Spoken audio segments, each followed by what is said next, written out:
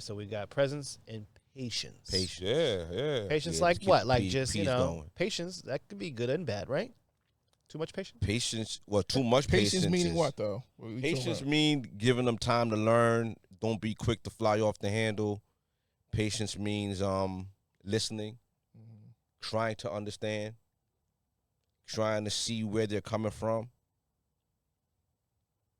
Patience means taking taking time to look back at it and even seeing if you were wrong. Right. You know. And I caught myself doing that a few times, being that I'm at the age level, my kids are from 30 something to 14 months old. Right. It's like, Whew. Say it again. my patience is like from having a 30-some-year-old to Yeah. having a 14-month-old. Right. It's like my patience, and sometimes my wife got to like let me know, like, you got to have patience. You got to have patience. But sometimes I do flip out, and I got to think back. It was to myself. It wasn't that serious, and I apologized Yeah. Yeah. to my daughter. That's happens mostly to her. Okay. Because she's only 7. But sometimes, I look at her, and she looks older than 7. So maybe that's why I do something. I expect more, but then I got to look at myself like she's only 7. You know what I think the patience is, though? Mm. That's a father tapping into his nurturing side. 100%. Because that's what women have. Women have patience for children to a level that men really don't have, right? We're either stoic and unaffected, or we're two. Right. It's really no median Push in the most buttons. men. Yeah. You understand what I mean? Yeah. So we might be super irritated by a kid, or we like, I'm not even gonna be bothered, right? So I think that patience. Well, it's never like I'm gonna be bothered. It's never well. It's. I don't think it ever gets to the point where I'm not gonna be bothered, but it gets to the point where it's like, all right. Yeah, that's what I mean. Yeah, sometimes I come I'm home. like a hands-off approach. Like, You fuck around. Yeah. Like, Sometimes yo, I I'm come trying home, I to don't tell want to you. hear that TikTok shit. I don't want to see that dancing shit. Right. I don't want to hear it sometimes. Yeah. You know? A lot of times, fathers are the ones to teach kids things, how to ride a bike, how to drive a car. You know, things like that. I feel like being a teacher has a lot to do with being patient as well too. You have to allow time to learn and understand that there was a process of you learning these things and get them there too. You know what I mean? I think that also comes from the nurturing side, right? So 100%. I mean, being a father is nurturing, right? Like it is, but I think we do it in a different way.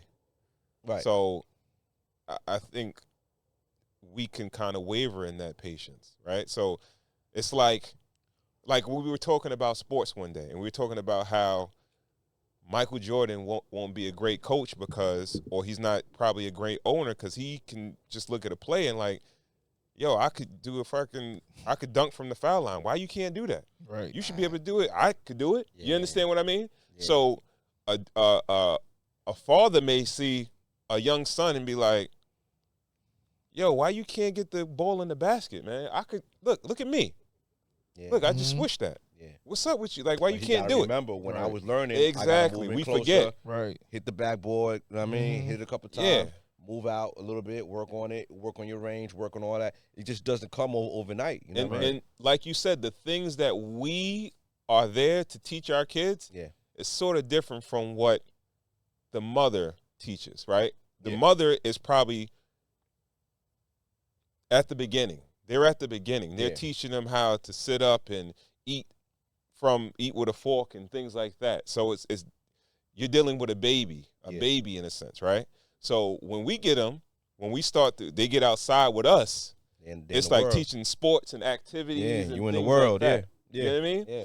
So they're in their 5s, 6s, 7s, and it's like that can be frustrating because they're of a certain age, and you can't remember when you were 6 or 7. You be like, I used to be a crazy ass athlete. Why you can't do this shit? Yeah. Right? Mm-hmm. I remember when I was 7, I was riding a bike with no hands and whatever. Why you still got Right. training wheels? Right. You know what I mean? Right. And that's that that patience that we have to remember. We have to think back, Yeah. right? It wasn't that easy. No. You know, we had trials, we had tribulations as kids too, and we're not dealing with the same circumstances as our kids too, right? Yeah. When we were younger, World was different. it was a gang of kids. So you had to learn to ride a bike because they're gonna leave your ass behind because they riding their bikes and Exactly. you're gonna stay at the house because you can't ride a bike. Right, nah, right, I'm gonna learn how to ride a bike. So it's different now. You're gonna tell if you don't even have a bike, you're gonna be like, yo, show me. You're gonna tell one of your friends, let me ride your bike. Teach me how to ride be on the the bike. handlebars or the pegs. Yeah,